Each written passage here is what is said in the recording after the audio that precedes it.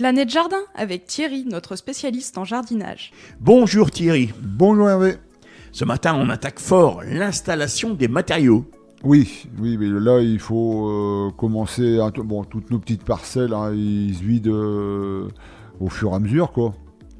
Si on enlevait les racines, tout ça, il commence à y avoir de la place. Donc là, par contre, il ne faut pas laisser nos terrains nus. On en a déjà parlé plusieurs fois, mais il faut vraiment, si on veut rester un petit peu dans la façon un petit peu permacole, d'enrichir le terrain. J'allais te dire, c'est le moment où on peut encore faire un peu d'engrais vert ou c'est trop tard? Engrais vert, là, on est à la mi-novembre, c'est mort. Il y a encore possibilité, mais ça va pas pousser énorme. Donc, éventuellement, si on peut faire du remplacement par des matériaux, là, par contre, c'est l'époque des feuilles. Tout à fait. Les feuilles, ils sont tombées avec le vent qu'on a eu. Ça tombe, là, pas de problème. Ça tombe régulièrement, donc on peut récupérer des feuilles. Si on n'en a pas à la maison, peut-être que le voisin il en a, peut-être que je sais pas, la commune ils en ramassent, voilà. Les tontes, les dernières tontes, tout ça, il faut les mélanger avec les feuilles. Le compost, on commence à le vider. Voilà, le compost, de la paille, un petit peu de paille qui vient éventuellement d'animaux ou n'importe quoi, le fumier de lapin, de poule. Voilà, mais si on peut avoir le crottin de cheval. Voilà, alors c'est c'est top. C'est magnifique. Mais ce qu'il y a, c'est qu'il faut quand même penser toujours, on a parlé la dernière fois de l'ail, tout ça, toutes les plantations qui n'ont pas besoin de fumier, de compost, donc de garder des parcelles quand même qui vont rester neutres. Voilà, neutres. Donc à la rigueur, ça peut être de la paille. Parce que la paille elle va se décomposer, c'est pas et au moment du printemps, quand on a besoin de faire quelque chose dans ce terrain-là, on va donner un coup de balai à gazon. On enlève la paille elle sera à moitié digérée déjà, décomposée, mais on peut s'en servir pour la remettre sur un tas de compost, ça c'est pas le problème. Mais au moins, faut penser surtout à garder des terrains neutres par rapport aux plantations qu'on aura à faire, quoi. Et dans la préparation du terrain, on n'oublie pas aussi ce que tu préconises toujours, c'est le papier qui n'a pas d'encre. Voilà, les papiers, le carton, c'est pareil, qui n'a pas d'encre dessus. Voilà, pas d'agrafe non plus, parce que mais c'est surtout pas d'inscription, de peinture, de teinte, vraiment, parce qu'il faut quand même rester dans le plus net possible. On sait bien que dans le carton, il y a de la colle aussi. Mais en tout cas, les limaces, les vers de terre, ils le digèrent apparemment assez bien, quoi. Donc il faut essayer de mettre tous ces matériaux-là et pas hésiter de demander aux voisins tout ça. Là, des fois, moi je vois des gens qui sortent leur pelouse, ils l'emmènent à la déchetterie. Moi, des fois, je m'arrête, je leur dis si c'est pas traité, moi je vous le prends, je l'emmène, allez, je fais mon mélange, un peu d'herbe, donc là de l'azote, un peu de paille carbone, voilà. Donc des feuilles, là on peut vraiment faire, moi j'en mets 20 cm, donc là tout l'hiver en le mettant là, c'est un des meilleurs moments, quoi.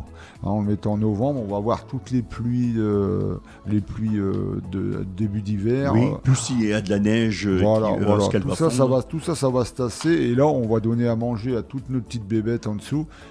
Et là, on va avoir des laboureurs gratos. Et on n'oublie pas que ces petites bébêtes, c'est nos amis. Exactement, c'est nos auxiliaires. Donc, il faut les nourrir, mais en même temps, ils bossent pour nous. Et en même temps, on peut aussi, on pourra peut-être le donner aussi après, mais donner un coup de grelinette. Donc là, on va aérer en même temps le sol sans retourner la terre. Bien sûr, le principe, c'est pas de retourner la terre. D'aérer, et comme ça, on aide en même temps nos petites bébêtes et aller chercher un peu tous ces matériaux et les décomposer. Mais le seul inconvénient, parce qu'il y en a toujours qui vont dire on met plein de trucs dans notre jardin, seul inconvénient, c'est qu'on amène aussi quelques animaux qui sont plus nuisibles à nos légumes, du genre campagnol, tout ça. Ça, c'est vrai que ça leur fait aussi un petit abri, mais bon, on peut pas tout avoir. Mais à savoir que les campagnols, ils ont aussi des prédateurs. Oui, voilà. Et en parlant de ça, souvent on parle aussi des taupes. Oui. Je voulais revenir un petit peu là-dessus, parce que les taupes, il faut savoir quand même qu'une taupe, elle mange à peu près en 24 heures son poids de vers, de taupin, de courtilière. Et ça, souvent, on voit une taupe, elle fait une butte, ça y est, elle a remonté un légume, on est un peu foufou. Mais moi, au contraire, j'en ai dans le jardin. Bon, bien sûr, il ne faudrait pas une invasion non plus. Mais en tout cas, ça fait une aération dans le sol qui est superbe, quoi. Ça, les vers de terre et toutes les petites bêtes qui font des galeries, c'est de l'aération, donc c'est du terrain qui se travaillera mieux. Thierry, tu me donnes le conseil du jour. Oui, donc là, le conseil du jour, on va repartir un petit peu sur le gel, mais dans les bacs 1000 litres, c'est les cuves, Oui. on en avait parlé l'année dernière, Tout à fait, oui. toutes les cuves à eau, tout ça, il faut penser surtout au gel. Oui.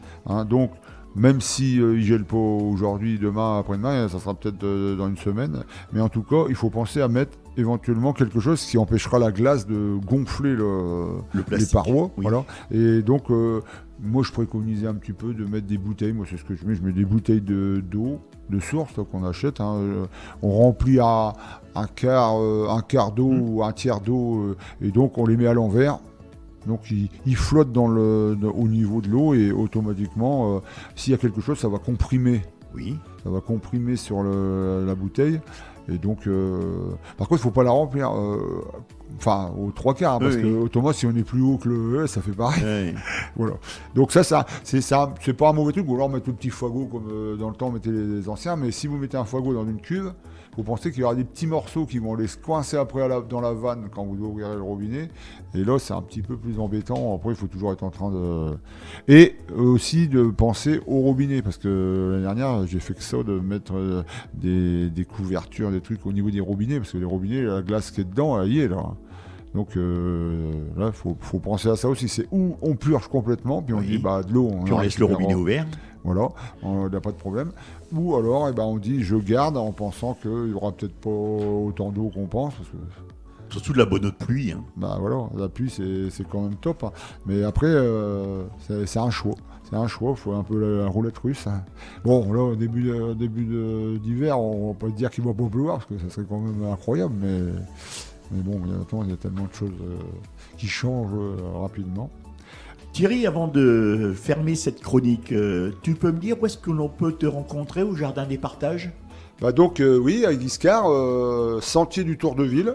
C'est situé, en fin de compte, la petite ruelle située en face l'entrée de l'ancienne maison de retraite, route de Fréniche. Et on peut te contacter comment ? Avec ton téléphone ? Oui, disons par téléphone, 06 47 25 26 91. Et autrement par mail éventuellement thierry.letupe @orange.fr.